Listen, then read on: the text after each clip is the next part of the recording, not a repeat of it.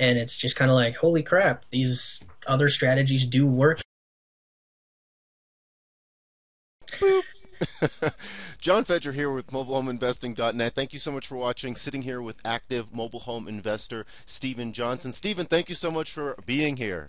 Hey, thanks for having me on. I appreciate it. I'm Oh excited. yeah, no doubt. I mean, with everything that you've done, the you haven't been in this industry for long, but what you have done and accomplished, I think I'm a big believer in experience is way more than age or what you've how long you've been in this. So the experience that you have is definitely going to help a lot of people here. Do me a favor, tell everyone if you would generally kind of where you're from, and then real estate investing past, and sort of what led you into mobile home investing. Sure, sure. I grew up in a small town in middle Minnesota and went to college here in Moorhead, Minnesota. It's next to Fargo, so I'm right on the border of North Dakota, North Dakota, Minnesota. And I kind of got into investing a number of years ago when I did my taxes for the first time, and I had no idea what I was doing. So I started researching, and from there it snowballed into researching more and more. And I attended a Rich Dad Poor Dad event on real estate, and from there I just kind of kept learning more and more. And I found your stuff online. I was going, okay, I'm liking mobile homes. It's a cheaper price point. I can get into them. It's not as much square footage of house to have to rehab. So it's like, all right, well, I know nothing about it. Let's do it. So I signed up with, started working with you Thanksgiving this last year, and I'm on my third deal right now, which has been going pretty well, and enjoying it at the moment so far, and Right, just moving forward. right on. If you would, what's when you got started, how long was it, if you remember? We go through everything that we did go through, and kind of catching yourself up to, you know, the version of you that's been doing this for a year. So get you really familiarized with your area, and then more importantly, having your area sort of know you. So how long was it after you got started that we went ahead and closed on your first deal? And was it that you purchased those three right away, or were they, you did the one and then sold it, and then did the next one and sold it, and then did the third one? How did that look? Um, I started in Thanksgiving here with you, and I started going around the area about an hour and a half in all directions around me. It's a smaller, it's not a large metro area by any means. So I knew I had to expand my radius outwards a little bit. And early in December, I think it was, I had talked to these folks, and I gave them my offer, and I was like, okay, these are really low, we'll see. And then they said, yeah, sure, we'll think about it. I was like, oh, okay, well, they didn't shoot me down right away. That's a start. I called them back, I think 2 weeks later, and they said, yeah, yeah, let's do that option where you just pay us a lump sum in a year and a half. And I was kind of blown away. Holy crap, it's working! Oh my god. Well, we didn't close on it for another. We didn't close on it till mid-January, just because they were still living there. They were truckers, so they kind of, they had to figure out their schedule. I was like, not a problem at all. There's no rush on my end. Take your time. So that was my first deal I got, but the first one I closed was actually an hour north of here in Grand Forks, North Dakota. And that one got a lead from the park manager there, very helpful guy. And we closed on that one actually December 31st, and got in there, and that one created a number of problems for me as I was. We just had a number of things. We can get into that later possibly, and being an hour away was a little difficult. Hmm. But I then had these two homes at the same time that I was flipping them and then marketing and selling them. So that was a little stressful at times, especially I had one sitting for a long time with a lot of interest, a lot of interested parties, and they weren't getting approved by the park, or I'd never hear back from them, and so it was a little nerve wracking there, but they finally both sold. All right, right on. So you're going a little bit further away than other folks because of what you just said. Your towns are kind of, Right. there's 10, 20 minutes in between each town. Is that Uh, right? at least. I mean, there's really the greater Fargo Moorhead area, Hmm. and then a couple little towns nearby, within 15 minutes. And then it's kind of an hour to the next big hub Okay. all around. I can go north, I can go south, east or west. And it's 40 to 60 minutes in all directions till I find a community that I would feel um, comfortable investing in, that I think people would want to actually move there. There's a lot of small towns in between, and they might have one mobile home park. It's run down, it's really old, and my concern is, are people going to want to move here when there's only a gas station? Right. I don't know. I'm not sure. Yeah, some of those towns that you showed me that we, map quested or Google, earthed were literally a one horse town. Yeah. The now all the park managers, the three different parks that you're in, the park managers all have a very good feeling about you. They all like you. They all are willing to refer you more leads in the future. How did that? Yeah, I've had good relationships with them. The one up north of me, I introduced myself in person.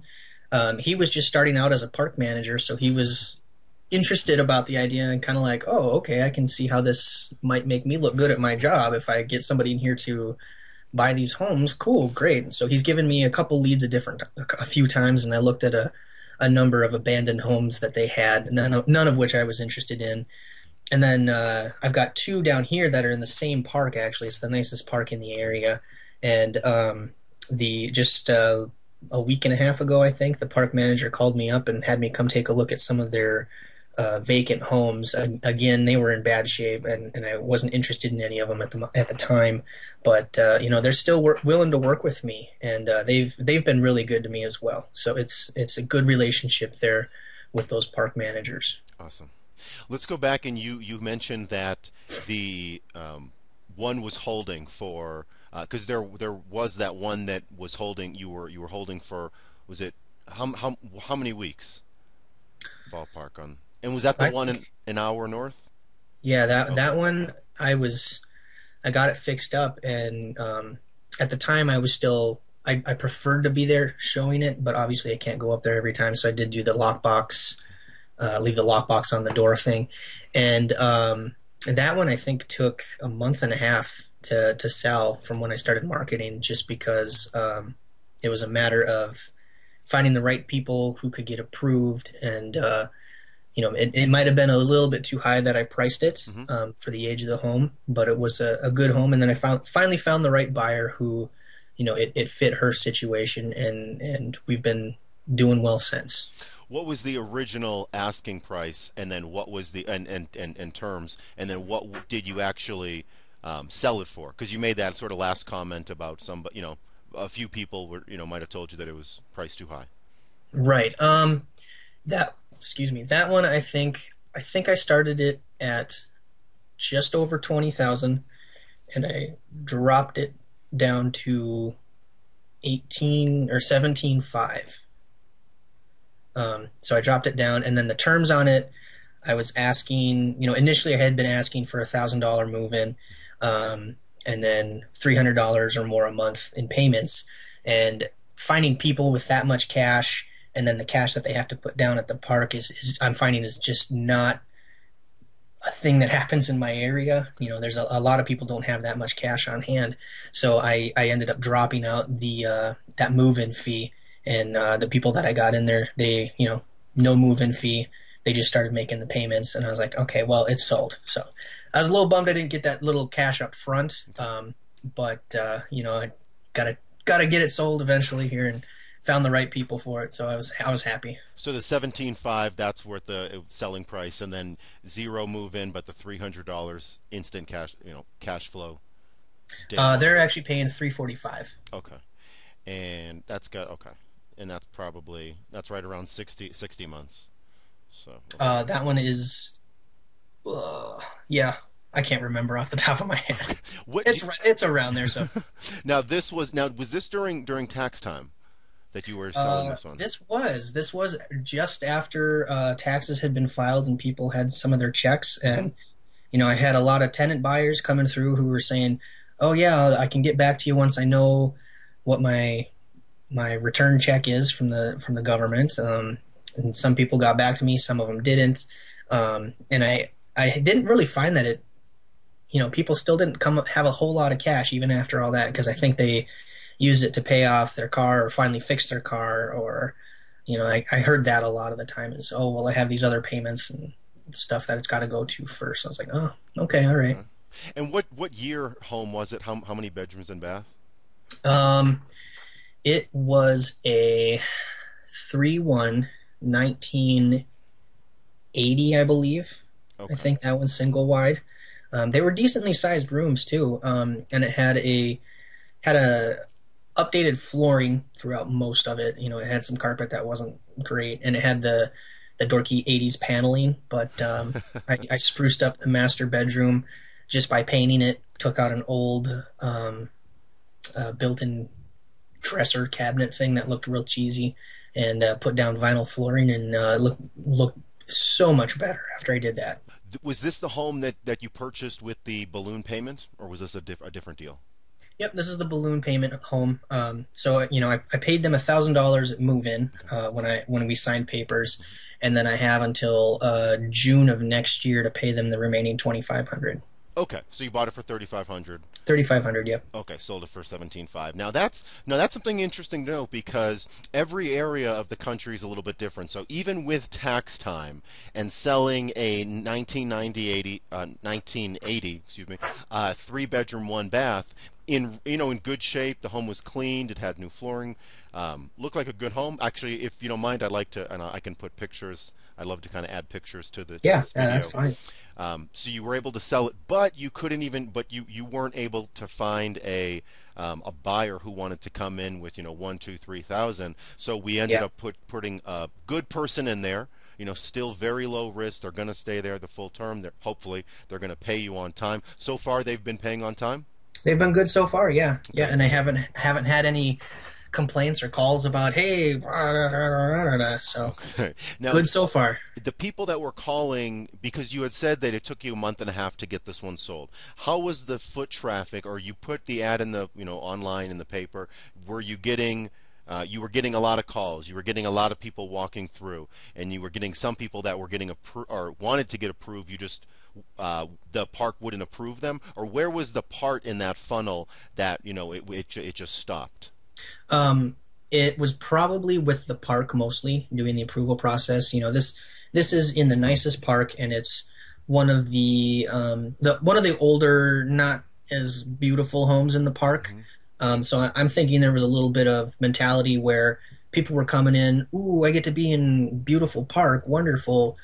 Oh, that's not exactly the home I was hoping it would look like in this beautiful park, you know.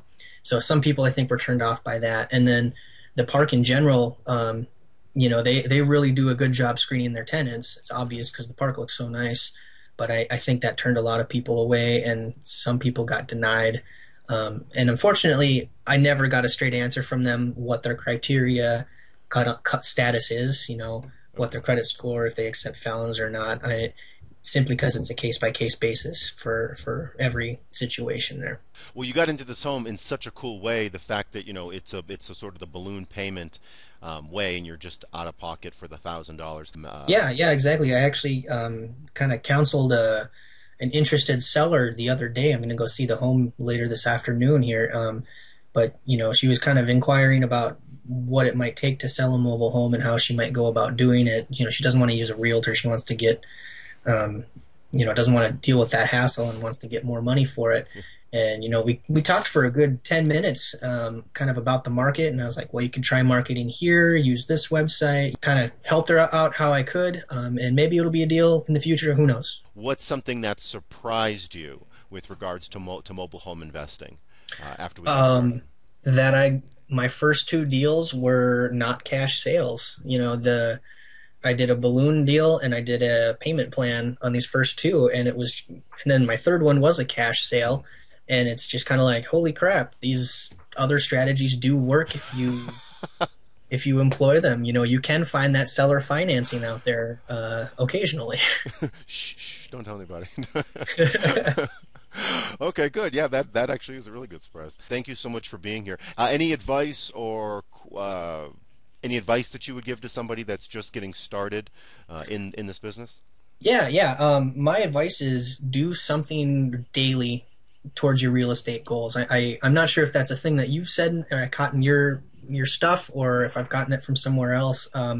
You know, you go to the big guru pitches, and they say, oh, our classes are $40,000 because we want to know you're invested. Well, for me, it's I've been doing something daily towards my real estate goals for 2 years, and so I'm kind of invested as well right now, just not financially. So if you keep doing something, so even if it's as little as researching real estate, it gets you going in the right direction. Some days for me, if I'm feeling lazy, it's like, okay, I'll do some postcards, I'll find some leads, call up some people, and just actively doing something towards your goals. Exactly. I mean, not only does that help in the moment or the day for getting, okay, now I got those things checked off that you did, whether it's one thing or five thing or 10 things, but just the compounding effect of doing that every day. And excellent, Stephen. Thank you so much for being here again.